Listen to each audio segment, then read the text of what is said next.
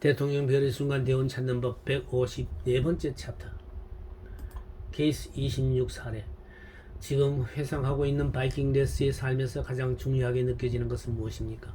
건장하고 훌륭한 몸집과 생생하고 거친 체격을 경험하는 것입니다.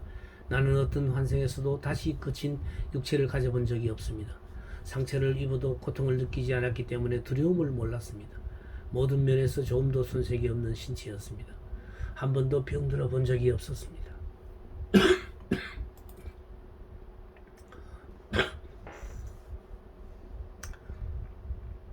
나는 그저 하루하루를 멋있게 살았다고.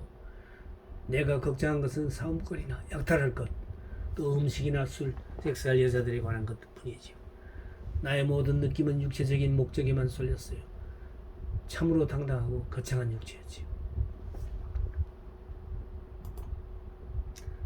자, 그럼 당신이 환생 선택을 할 때 레스 같은 거창한 육체를 가진 인간을 택한 이유를 알아봅시다.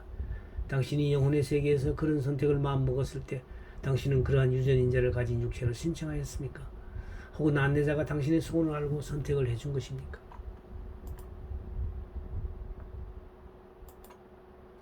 도와주는 사람들은 그런 일을 하지 않습니다. 그때 저는 지구상에서 가장 훌륭한 육체를 원했고 레스는 하나의 가능성으로 저에게 주어졌던 것이죠. 제가 택한 환생은 항상 저의 의도와 맞아떨어졌어요. 인생에서 경험하고 싶었던 것을 하게 해주었지요. 영혼의 세계에서는 아무것도 함부로 하지 않습니다. 도와주는 영혼들이 모든 것을 적절히 처리하지요. 그분들은 확실한 의도와 능력으로 모든 일을 합니다. 그런 잘못 같은 것은 저지르지 않습니다. 일단 카운슬러들이 영혼이 원하는 것을 알고 의논을 할 때면 많은 선택을 거치지 않아도 됩니다. 또 그 두 케이스를 보기 전에 저는 이미 제가 원하는 몸의 크기와 모습 그리고 성에 관한 것을 생각하고 있었지요. 9세기 때 유럽은 거의 대부분의 나라가 샤를마뉴라는 신성 로마 제국의 세력 아래에 있었습니다. 군인들의 생활에서 바로 그런 점이 문제였지요. 나는 바이킹을 택함으로써 누구의 명령에도 따르지 않았습니다.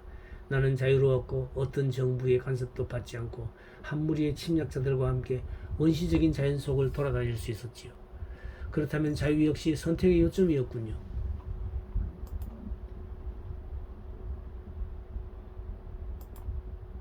물론이지요. 마음대로 움직일 수 있는 자유, 전쟁터, 이 격렬한 광폭, 내 힘을 마음대로 쓰고 제한 없는 행동을 힘껏 할 수 있는 자유가 없어서는 안 되지요. 바다에서나 산림에서의 생활은 강하고 건실하였지요. 그런 삶이 잔인하다는 것을 모르지는 않았어요. 하지만 그 시기는 짐승 같은 인간들이 살던 시대이기도 했어요. 우리는 그때 살았던 다른 인간들보다 낫지도 나쁘지도 않았어요. 나는 온몸의 감각을 극도로 느끼고 싶었습니다. 다른 것엔 흥미가 없었지요. 초의식 상태에서 무의식 상태로 이끌었다.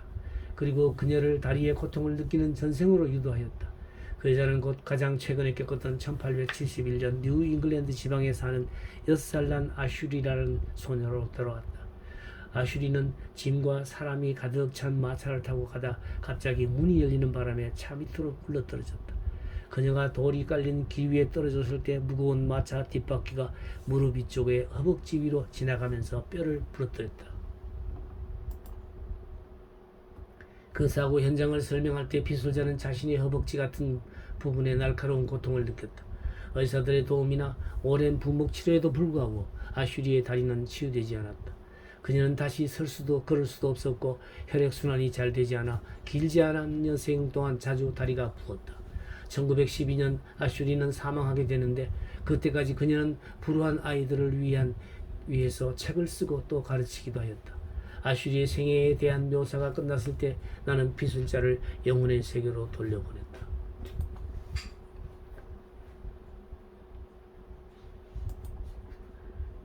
당신 걷지 못해서 누워있게 되면 책을 많이 읽게 되고 공부도 많이 하게 되지요.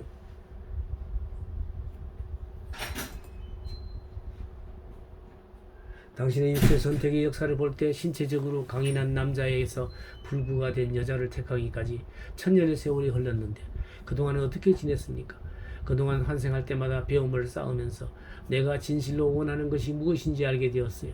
그리하여 육체를 망가지게 하면서 지적인 집중을 이루고하는 선택을 하게 된 것이지요. 왜 지적인 것을 위해 육체를 망가뜨려야 합니까? 걷지 못해서 누워있게 되면 책을 많이 읽게 되고 공부도 많이 하게 되지요. 그러는 동안 나는 마음을 닫고 마음의 소리에 귀를 기울였지요. 또 항상 침대에 누워있어야 했기 때문에 집중력을 흐트리지 않고 일을 계속할 수 있었지요. 그래서 글도 잘 쓰게 되고 다른 사람들과의 의사소통도 잘하게 되었어요. 이제는 아슈리의 생애를 선택하던 때로 돌아가 주십시오. 왜 많은 불구자 중에서도 아슈리 같은 케이스를 선택했습니까? 미국에 있는 평화롭고 안정된 고장에 사는 가족을 택했지요. 도서관도 있고 자상하게 돌보아주는 부모들도 있어 공부에 집중할 수 있는 환경을 택한 거지요. 그렇게 해서 나의 목적이 이루어졌을 때 나는 많은 불행한 사람들에게 편지를 썼고 좋은 선생이 되었습니다. 아슈리로 살 때 당신을 그렇게 잘 돌봐주던 고마운 부모들에게 무엇을 해줄 수 있었습니까?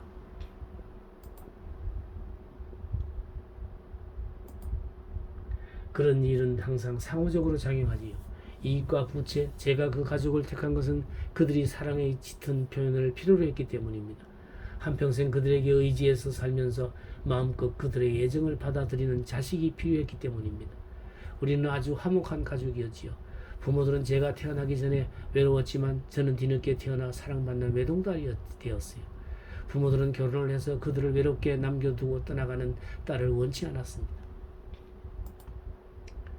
그렇다면 그런 결정을 환생 선택의 장소에서 다시 한번 살펴봅시다. 아슈리의 생애를 링에서 처음 보았을 때 마차 사고에 관한 것을 보았습니까? 물론입니다. 하지만 그것은 사고가 아니었어요. 일어나게 되어 있던 일이에요. 마차에서 굴러떨어진 것은 영혼의 마음이 시킨 일입니까? 혹은 아슈리의 생리적인 마음이 시킨 일입니까? 우리는 함께 그 일을 했어요. 아슈리는 마차 문손잡이를 가지고 놀았고 나머지 일을 한 것이지요. 링에서 아슈리가 마차에서 떨어져 사고를 당하는 것을 보았을 때 영혼의 마음은 어떤 생각을 하였습니까? 불구의 몸으로 어떤 좋은 일을 할 수 있는가 생각했지요. 다른 불구자를 보기도 하였지만 아슈리를 택하기로 결정했어요. 잘 움직일 수 있는 경우를 원하지 않았기 때문이에요. 한 영혼으로서 내가 알 수 없는 힘이 존재합니다. 제가 처음 아슈리를 보았을 때 내가 그녀의 영혼이 되지 않는 경우를 보기도 하였지요. 건강하고 좀 더 오래 살 수 있는 또 다른 가능성을 보게 됐어요. 당신의 영혼이 아닌 다른 영혼이 깃든 아슈리가 건강하고 행복하게 사는 것을 보게 됐습니까?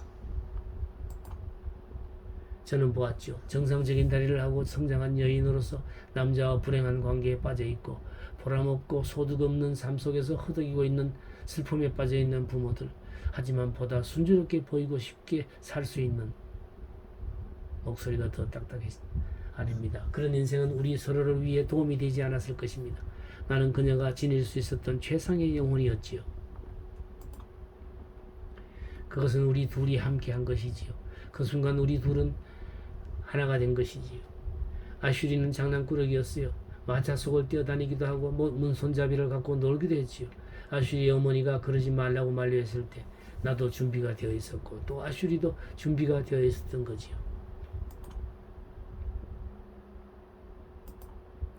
당신의 운명은 꼭 그렇게 강직해야 했습니까? 아슈리의 영혼이 된 뒤 그 마차 사고 같은 것을 없애버릴 수도 있지 않았습니까?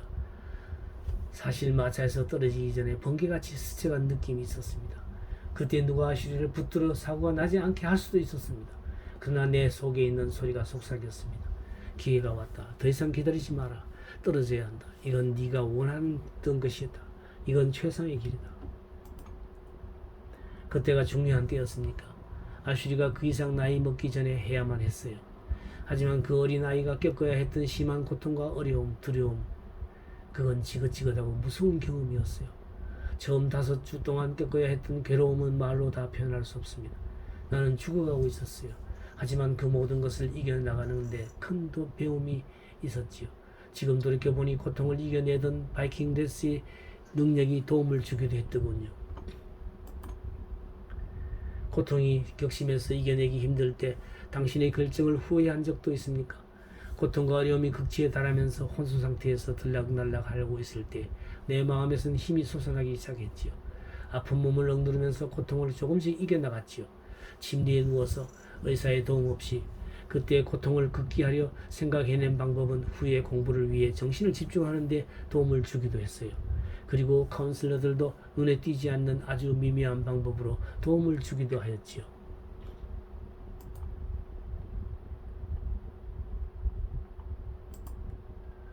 그러니까 그 생애에서는 걷지 못하게 됨으로써 얻은 것이 많군요. 그렇습니다. 거동이 불편해지면서 저는 모든 소리에 귀를 기울이고 또 생각하는 시간을 많이 갖게 되었죠. 또 많은 사람들과 서신을 교환하면서 영감으로 편지를 쓰는 법을 배웠죠. 젊은이들을 가르치는 방법도 알게 되었고 안에서 솟아나는 힘에 인도되어 그 모든 일을 할 수 있게 된 것을 느꼈어요. 영혼의 세계로 돌아갔을 때 당신의 카운슬러들이 칭찬을 했습니까? 네, 대단히 많은 칭찬을 받았죠. 하지만 너무 귀여움을 많이 받고 허강하며 살았다는 평을 듣기도 했어요. 육체적으로 강건하였던 레이스와 연약한 불구자였던 아슈리의 인생에서 얻은 경험은 지금 인생에 어떤 도움을 줍니까? 혹은 아무런 영향도 미치지 않습니까? 매일매일 보다 큰 배움을 위해선 마음과 육체의 결합이 있어야 한다는 것을 깨달음으로써 도움을 받고 있죠. 대담이 끝날 무렵 대대로 전해지던 다리 통증의 기억을 완전히 제거하였다. 그 후 그 여자는 다리의 통증이 없어지고 테니스를 즐기고 있다는 소식을 전해왔다. 앞서 두 전생의 케이스는 아주 다른 환경에서 영혼이 깃들 육체를 택하는 것에 관해 언급하였다. 영혼은 제각각 성격의 여러 면을 발전시킴으로써 진정한 자아를 추구한다. 수많은 육체로 환생하면서 육체적, 정신적으로 많은 방법을 강구하면서 수련에 임해도 결국은 업의 법이 우세하게 된다. 만약 영혼이 어떤 극단적인 선택을 하여도 환생을 거듭할 동안 그와 반대의 선택이 올바른 발전을 위한 균형을 이루게 된다. 레스와 아슈리의 환생은 그런 업적인 보상의 좋은 예다. 부자들은 언젠가 거지가 되어야 그 영혼이 바로 성장할 수 있다고 한 힌두교에서는 믿고 있다. 여러 어려운 일을 이겨나감으로써 우리들의 영혼은 더욱 단련된 본질을 갖게 된다. 내가 대답하였던 비술자들의 영혼은 모두 이렇게 말하였다.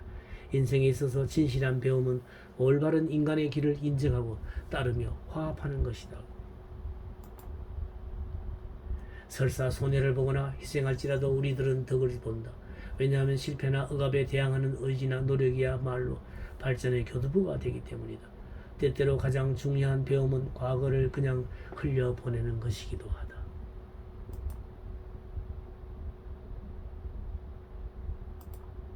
이 별의 순간 찾는 법 강좌는 현재 오프라인에서도 1년 과정으로 진행되고 있는데요. 매주 토요일 오전 10시부터 오후 1시까지 3시간씩 해서 진행되고 있습니다. 서울 동방문화대학원 대학평생교육원에서 진행되는데 이 대학의 위치는 성북구 성북로 28길 60에 위치하고 있습니다. 등록 기간은 1학기는 3월과 4월에 2학기는 8월과 9월에 등록 신청을 받습니다. 학기별로 운영되고 있습니다. 등록할 곳은 이 전화번호와 메일을 이용하셔서 신청하시면 되겠습니다. 관심 있는 많은 분들의 참여를 기다리겠습니다.